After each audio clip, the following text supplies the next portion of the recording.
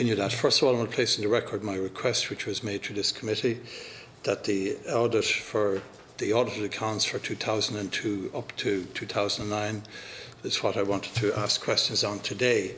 However, it appears that the company were only prepared to deal with 2006 to date, and I want to express my concern at that. We offered to the committee secretariat to deal with 2002, 2003 or 2004 separately. The port company refused to do that. I am deeply unhappy with that.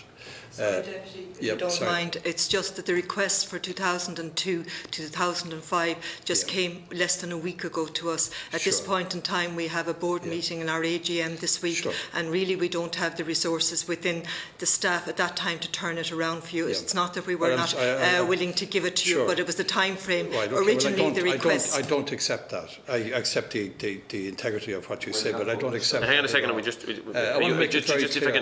If you finished, Ms. McGuinness, yes, in terms of response to that? Okay. No problem. I want to make it very clear that what I'm dealing with here is the issues of significant failures of corporate governance within the Shannon Foynes company for a number of years, going back to 2002. They concern basically land deals and also deals in relation to the hire of a boat. I think it's put most succinctly, members of the port company, by the Assistant Secretary General of the Department in his analysis of this year, that the port company is a commercial semi-state company and responsibility for corporate governance lies with the board, that they have not satisfactorily discharged this function, and from all the material in the files which he has examined, there was a significant failure to comply with corporate governance procedures. This applies to both disposal of lands and the boat contract with the Chief Executive. In both instances, board members including, but not only, the Chief Executive were involved. In the context of, I understand, your commitment to come back here as soon as possible after Friday to discuss the earlier years, could I ask you in relation to your accounts for the year 2006? Could I ask you specifically, I'm referring to a letter from your then Chairman, Mr. Kieran McSweeney, to the Department, specifically in relation to the contract of services for the use of a boat between Shannon Foynes Port Company and the Irish Inshore Support Services Limited. In October 2006, the then Chairman of the Board wrote to the Department saying that he had been given different versions of this contract were presented to him in the previous 3 weeks. So could I ask you the details of that contract, how much it cost, and just if you can comment on that, please. Thanks.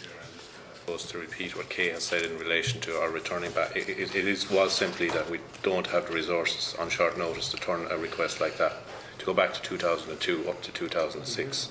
But we are, we will come back to discuss those if the committee so wishes, and there's no issue with that. Okay, thanks. I suppose in relation to the question asked, and as we explained, I think the last day, a lot of that is subject to a court case where we've had written legal advice stating that we cannot delve into that because, number one, we're not covered by privilege, and anything we say could bring more cost onto the company here.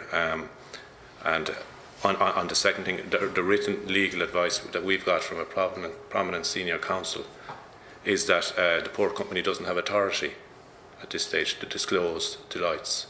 So as much as we would like to have the committee, I haven't Mr. Keating finish, and then you'll have an opportunity to come back. I'm asking about your accounts, Chief Executive, nothing else. Yeah, we would like to have the committee out as much as we possibly could. But in this particular area, it's something that has occurred in the past where there has been a High Court settlement on, where we have a written legal opinion from a senior counsel to state that we don't have the authority to delve into those matters. I suppose what we would like to be able to do is try to give the committee a confidence that that the company has learned from, the past. I want to intervene at this stage. Hold on a second now. Plenty of time. I'll give you an opportunity. I want to be fair, Deputy. I want to be fair to everybody. I will give you an opportunity. Let us be very clear on this. We started here at 4 o'clock. It's now 4:30. We have an important meeting at 5. The questions are not about the Delight and Tuish report. They're questions about what you agreed to come here today to talk about is your accounts for 2006. Question I'm asking you again. Can you tell me about the award and execution of the contract which was signed and minuted at your board meeting on January the 10th, 2006? What was in that contract? Again, Chairman, and I'm not, I would like to be able to disclose the information, but legally we're barred from doing so. That's rubbish. And we rubbish. cannot. Absolutely rubbish. Deputy, we're going to give everybody an opportunity, and whilst you mightn't agree with what Mr. Keating is saying, and no problem. No, if I could finish, please. If I can finish. Okay. I have to give Mr. Keating the opportunity to respond to your questions. Yeah, but he's not responding to them. Clearly, he's not responding in the way that you want, and you can certainly ask that. And I'll allow you in a second, Deputy. We have legal advice, Chairman. We have legal advice. I have to give him an opportunity to give you his information. But he's not answering. I'm giving you latitude, and I'll continue to do that. I have a right here. You see, the problem is that with respect, that your company is not audited by the Controller and Auditor General. Therefore, the only place in which the accounts of your company can be discussed are here, right? The Assistant Secretary General of the Department of Transport has made serious findings against your company. And I know that you weren't there at that time, so it doesn't apply to you personally, indeed to any of you. But the point is, I'm entitled to ask the question to find out exactly what the nature of that contract was. And I ask you again for a third time, what was the nature of that contract? Again. What did it cost? Why were different versions of it presented to the chairman of the day? Why did the department find that the information given by the chairman of the then audit committee was not acceptable to them? So we want to know what exactly was going on. This has nothing to do with your court case. This is to do with cheques issued or paid by your company to the chief executive of that day, who was the owner of a company which was supplying the boat. Isn't that what it's all about? In relation to our accounts for that year, there is a disclosure in our accounts regarding the contract that you refer to, and on one of the notes appended to the annual report, there is a figure of 50,000 approximately, which was paid to a company called Irish Insular Services. Right. And that note discloses that in the accounts. But I think to keep it, just on a matter of fact, the contract was signed in 2006, but the boat had been there for some time previously. Again, in relation to that,